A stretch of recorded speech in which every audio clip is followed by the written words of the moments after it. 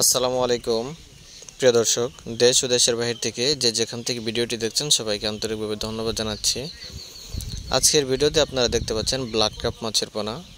Black cup মাছ হচ্ছে আপনার পুকুরে থাকা শামুক ঝিনুক খেয়ে বড় হয়ে থাকে। এই মাছটি বছরে 3 থেকে 4 কেজি পর্যন্ত ওজন হয়ে থাকে। মাছটি খেতেও খুব সুস্বাদু, বাজারে এর ব্যাপক পরিমাণে চাহিদা রয়েছে। বিনা খাবারে আপনারা যারা ব্ল্যাক কাপ মাছ চাষ করতে যাচ্ছেন, আপনার পুকুরে যদি অতিরিক্ত শামুক থাকে তাহলে এটা খুবই উপকারী হবে, পুকুরের জন্য ভালো।